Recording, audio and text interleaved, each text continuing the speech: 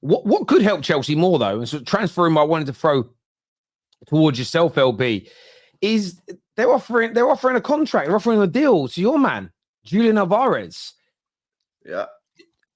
Whether we think it's going to happen, we'll get to in a minute. How good a signing would he be for Chelsea if they could put it off? I think it'd be a mint signing because they need a striker, they need a goalkeeper. Yeah, that's the two major positions in the team. Right? I think we all agree with that, and they've not got a good one in either position right now. So if they got him, what a signing that would be for them. I don't know if they are going to get him because hopefully my team don't sell him on the cheap if we do sell him. And I don't think he's desperate to leave yet. I think he'll give us another year. I think he's like maybe in the ESAP position where like he'll give him another year. But if they can get him in, they've got someone experienced. He's won the World Cup. He's won a treble. He's won back-to-back Prems. He's already played over 100 matches for City. He's only been here 2 years. That's crazy. He's just full of experience. Yeah, it's wild, isn't it? He's got Prem experience. He's literally like almost a dream signing. So they need to be all over it. If City do decide to sell him, it'll be interesting to see what fee, because I want a decent fee for him. But I don't think he'll leave. I think he'll stay for one more year. But he will leave eventually, because either he has to leave or Alvarez is leaving. And now that Haaland's leaving. And now that Mbappe's gone Real Madrid, I don't really see Haaland going Real Madrid. So I think Haaland will stay. That means that Alvarez is going to leave because he ain't going to play. I think Alvarez is massively underrated. Sorry to cut you off. I think he's massively underrated in that side.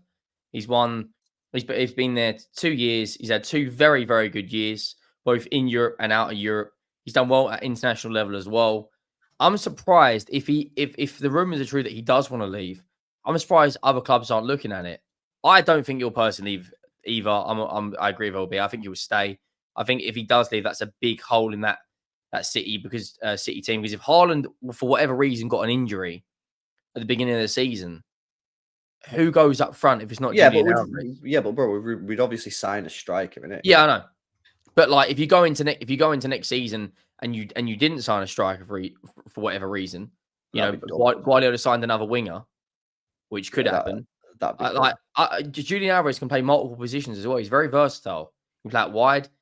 Sometimes he's played in the 10, sometimes he's played up front. I think he's a top player, but in this market, Julian Alvarez is probably a £90 million player, maybe more. Yeah, I agree. I said this the other day. I think he's a top rated player. The problem is, you just said over teams. When you actually deep it, there are no teams available for him because Real Madrid don't need a striker. Barcelona can't afford no one. Bayern Munich have Kane. The other one that has been linked with him is PSG, but they've just spent 170 million on Kolo Muani and what's the other guy called? Barros or whatever his name is. What's his name? I can't remember his name. Ramos. Not Barros. Ramos. Yeah. The Portuguese guy. Yeah. Yeah. So do you think Arsenal come in? I should. I think that. Join Zinchenko and Jesus. There's a couple of things. Okay, so one, if Arsenal go to City, it'll again just be like, oh, Arteta's literally just going to City and just getting there seconds. You know what I mean? Which isn't ideal. Also, he's not led the line for City. As good as he's been, he's not led the line. And if he went to Arsenal and didn't perform at the top level like Jesus, everyone would be like, yeah, that's why City sold him. So it'd be a brave call. I don't think he should go Arsenal. I don't think Arsenal should go for him. I think Arsenal needs to stay away from City now. Personally. I do understand that logic. I feel it's one of these things. I was talking about this before we went live, like in our group chat on Football Terrace. Because of the Šeško deal today, there's all this. Oh, it was all PR from his agent. We weren't really interested. Oh, some journalists said it was close and it wasn't. Well, it was. The player was happy with what was offered to him by Chelsea and Arsenal. The clubs were both very close to triggering the release clause. They were just waiting on the player to give his final stamp. Some journalists felt that it was imminent he was coming to England. Others, we had Ben Jacobs on the show last week saying that really good chance he comes to Arsenal, but he could still decide to stay. And then at the 11th hour, he has made his mind up, woke up in the morning and gone, do you know what? I am going to stay here for one more year for whatever reason. And I actually think he's quite sensible to do it. I think too many players leave too young for the real massive clubs. But then you get this whole, no, he didn't reject us. No, he didn't say no to us. Actually, he was never coming. It was all PR. All of that I find just nonsense. the cold hard light of day. You tried to sign him. He said, no, it's normal. Every single club goes through this in the majority of summers. Arsenal could get rejected by City or rejected by the player, but everyone that's got a realistic chance of potentially getting him, and so the only team I'm saying can't get him is Man United because their rivalry, should be trying to sign him. There is clearly something out there with a number of teams looking at him where maybe, just maybe, people are picking up rumors that he wants first-team football. He believes he's good enough. Make him an offer that he can't refuse. Offer him really good wages, first-team football. If he says no, or City say no, so be it. I feel like you have to try. But I almost feel like fans, I don't want us to try in case we don't get him. We'll look silly. No, you won't. You look more silly not trying to get him. In my opinion, I just don't know. For me, I look at it this way. If you're out and you see the girl of your dreams, the other side of the room, is it not better to be told no than to not know? I don't know. Maybe that's the way. Maybe that's just the way I look at the world. It's like I like a bit of that. I'm gonna go and say hello. I'd rather get told, listen, I've got a boyfriend, go away, or not interested. Jog on, old man. Do you know what I mean? I'd much rather that. Not that I'm in that space anymore, but I'd much rather that than never knowing. They're never knowing. And I'm a bit bored of fans being weak, basically. You should be pushing for your club. If there's any chance he is available, because this is the last chance probably to sign him. What is he, 22, 23? 24 now. 24. The next club that gets him, that's it. That's Probably, it. yeah.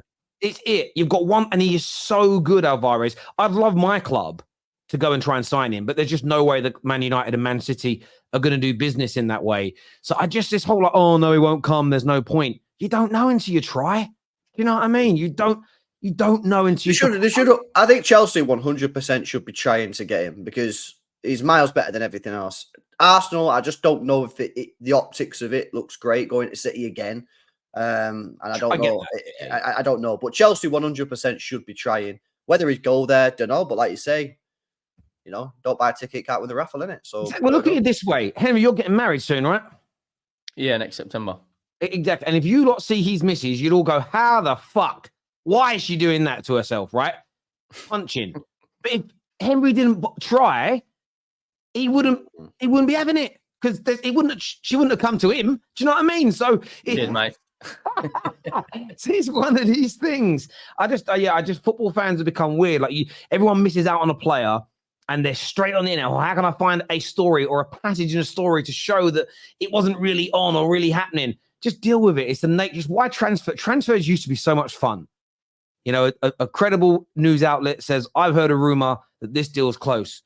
People either get angry or excited about it. We discuss the quality of the player. How could he fit in? Will it work? Who misses out? Who might you sell? Some go through, and then you'd have that discussion again. Some fall apart, and we'll go, hey, you didn't get him. Where's that gone? It's all gone into, but he said this. And there are some football fans that keep like a tally of all the stories that journalists put out, and which ones are right, and which one happened. And yeah, keep the receipts. It's absolutely sickening. Go out and touch grass, you absolute basement dwellers. Honestly. Super chat here. Terry, did Chatty Patty ever wear his Arsenal jersey? He didn't, but we will be sorting that out. Don't you worry. We will be sorting that out. We'll be sorting Patty right out. What would be a change what would be a change you guys would do to football? You have to have a significant impact on the game to improve it on the pitch or out of the pitch. What change to football would you two make? I'd make the best one, and no one's going to disagree with me. Yeah, go on. Referee protection erased. Let the goal go in, and if the keeper ends on the floor, then VAR check it. Too many times keepers get touched to go down. It's a foul. Let the goal go in. And then goalkeeper protection. You said referee protection. You mean goalkeeper protection? Oh, sorry, goalkeeper protection. Okay. Get rid of the goalkeeper protection where if you touch him, it's a foul. Let the goal go in, and then if it is a goal, review it on VAR, see if the goalkeeper was fouled, man. That's what I would do straight away. I like that. I'd bring in the ref's got to do. I know other leagues have done it, but the ref's got to do an interview afterwards. If it's a big decision that has gone for or against the team, he's then got to do an interview of whoever afterwards, Sky Sports, and explain his reasoning behind his decision, or do what they do in the NFL, where the referee is mic'd up and tells the crowd. Because when you're in the stadium and you're only seeing one screen, but then when you're on the telly, you're seeing them 5 or 6 different angles. Like there needs to be the communication has got to be improved. They ain't got the minerals for that, bro. No way. No, we were. Well, I like it. My ones, I've had this one. I've had a few, right? So I've had two. One was, I don't know how you would implement this. It's not. It wouldn't work, but you can only have up to 8 players in your own half to stop low blocks. Right, you just want to change the whole sport, bro. Yeah, I know. But I had that thought when I was younger, and as a United fan, we were good, and everybody sat behind the ball. But the other one I would genuinely bring in is harsher punishments for time wasting. So, for instance, every goal kick, every throw in, anything you've got, you have 8 to 10 seconds to take it. If you don't, whistle goes, your opponents get a penalty. Eradicate time waster. I reckon we lose. Simeone and Jose and all that. Like, you know, I think we lose. I think we lose 15 minutes per game through time wasting, and we never get it back. So for me, they add it on, and then they time waste and they add it on time, and it's still. So for me, it's the case of you get a goal kick. You watch next time you watch a football match, watch a goal kick. Sometimes it takes 2 minutes to take it. Yeah, it's mad. It's and that's sometimes in a game where you're not really thinking about it, but it goes out and they collect the ball, put it down, do this. It takes a minute or two. For me, it's like, no, you've got 10 seconds to get the ball back in play or your opponents get a penalty. Eradicate time wasting. The game would be amazing. It'd be amazing. Yeah. Can I throw one out? I don't necessarily have this opinion, but someone told me you only get a point for a draw if it's a score draw. You don't get a point if it's 0-0 because you're starting off with a point. You've already got one, like you're not even doing anything. And that, again, could potentially eradicate low blocks because you're getting a point for not doing anything. You only get a point for a score draw, like 0-0. Yeah. You don't get anything. Neither team gets anything. I like that. That's quite a cool one. That one. I quite like that. This is that you can't stop the time when the ball is out. I mean, that would also eradicate it. You just stop the clock and then it wouldn't really matter. But it does to a degree because teams do it to get a rest.